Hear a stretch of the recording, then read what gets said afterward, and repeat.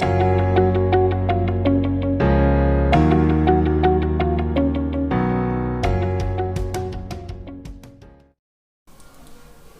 Friends, welcome to GK 2020। Computer किसी भी competitive exam के लिए बहुत ही इंपॉर्टेंट टॉपिक है। कॉम्पिटिटिव एग्ज़ाम में इससे एक या दो प्रश्न निश्चित ही पूछे जाते हैं, इसलिए यह टॉपिक काफ़ी इंपॉर्टेंट हो जाता है। यह वीडियो कंप्यूटर के 500 मोस्ट इंपॉर्टेंट क्वेश्चन की सीरीज़ का पार्ट 1 है। इस वीडियो में मैं कंप्यूटर के 25 मोस्ट इंपॉर्टेंट क्वेश्चन को कवर करूँगा। तो चलिए स्टार्ट करते हैं। पहला क्वेश्चन है कि इंटरनेट में प्रयुक्त होने वाला लैंग्वेज कौन सी है? सही आंसर होगा ऑप्शन डी, जावा। इंटरनेट में प्रयुक्त होने वाली जो लैंग्वेज है वो जावा है। अगला प्रश्न है कि फेसबुक का पुराना नाम क्या था? सही आंसर होगा ऑप्शन डी, फेस मास। फेसबुक का जो पुराना नाम था वो फेस मास था। अगला प्रश्न है 2G स्पेक्ट्रम में प्रयुक्त जी का अर्थ होता है? इसका सही आंसर होगा ऑप्शन डी, जनरेशन। इसमें 2G स्पेक्ट्रम में जो प्रयुक्त जी होता है, जी का जो मतलब होता है वो जनरेशन होता है। इसी तरह 3G हो तो थर्ड जनरेशन, 4G हो तो फोर्थ जनरेशन। अगला प्रश्न है 32 इंच की कंप्यूटर मॉनिटर में माप होती है? तो सही आंसर होगा ऑप्शन सी, स्क्रीन के विकर्ण की। कोई भी कंप्यूटर हो उसकी स्क्रीन की जो माप होती है वह उसके विकर्ण की माप होती है। ठीक है, तो अगर कहे कोई कि 32 इंच का कंप्यूटर है तो इसका मतलब उसके विकर्णों की वो लंबाई है। अगला प्रश्न है कि सॉफ्टवेयर में त्रुटि ढूंढने की प्रक्रिया क्या कहलाती है? इसका सही आंसर होगा ऑप्शन सी, डीबगिंग। सॉफ्टवेयर में त्रुटि ढूंढने की प्रक्रिया डीबगिंग कहलाती है। अगला प्रश्न है कि OSI का पूर्ण रूप क्या होता है? सही आंसर होगा option A, open source interconnection. OSI का पूर्ण रूप जो होता है वो होता है ओपन सोर्स इंटरकनेक्शन।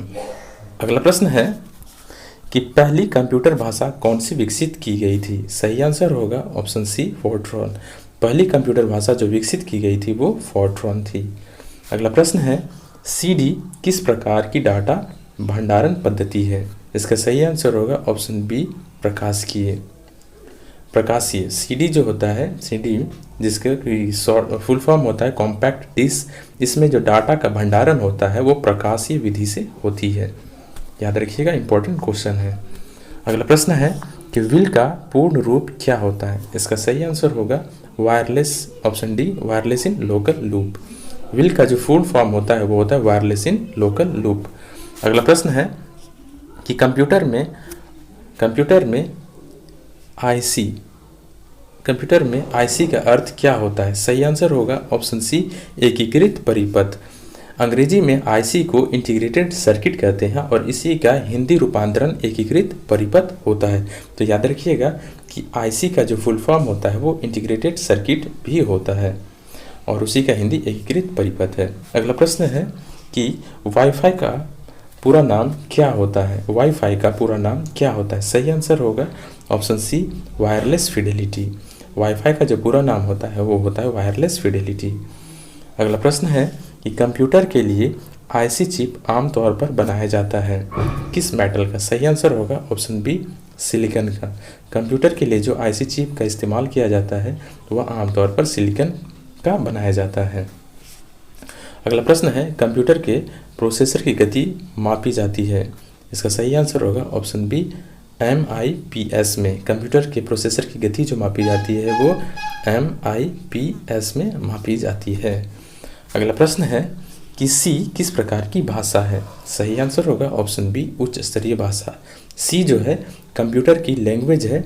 C++, ये सारी कंप्यूटर की भाषाएं हैं, लैंग्वेज है, और ये सारी क्या है? उच्च स्तरीय भाषा है, हाई लेवल लैंग्वेज है। अगला प्रश्न है कि डाटा के संप्रेषण की गति को मापने के लिए प्रयोग किया जाता है? सही आंसर होगा ऑप्शन सी, बीट प्रति सेकेंड। किसी भी डाटा को भेजने, संप्रेषण मतलब भेजने की गति को मापने के लिए जिसका प्रयोग किया जाता है, मापने के लिए जिसका प्रयोग किया जाता है वो है बीट प्रति सेकेंड।